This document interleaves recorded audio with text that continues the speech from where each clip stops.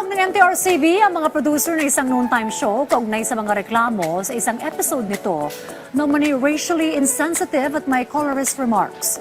Samantala ay pinakilala ng Marvel Studio ang British actor na si David Johnson na gaganap bilang bagong Black Panther na mapapanood sa 2028. Yan ang ulat showbiz si Jana Madrid.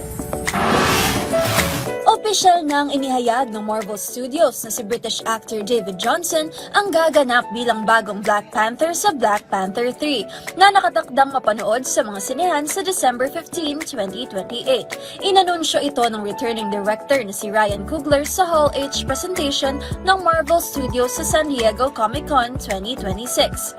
Ang orihinal na Black Panther na si T'Challa ay ginampanan ng yumaong aktor na si Chadwick Boseman na pumanaw noong 2020 matapos ang 4 na taong pakikipaglaban sa colon cancer.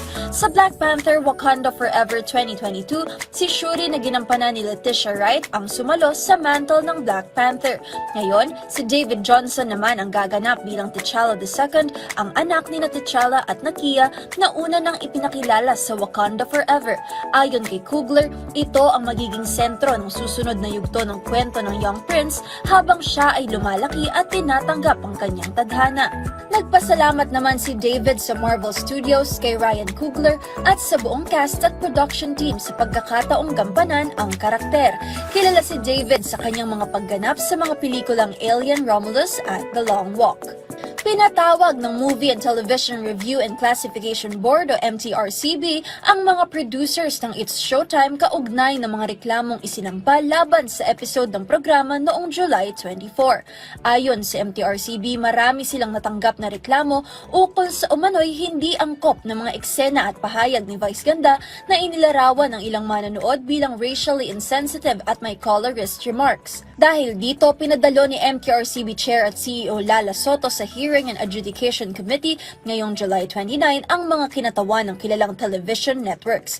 Kabilang sa mga tinitignang insidente ang memory Mars skits sa segment na Laro-Laro Pic, gayon din ang eksenang may kinalaman sa lugaw ni Vice Ganda at Ayon Perez.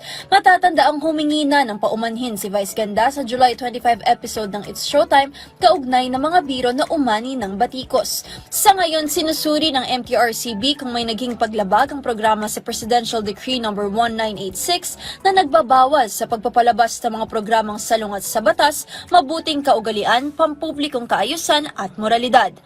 Abangan muli ang aming entertainment stories, Jana Madrid, para sa Ulat Showbiz.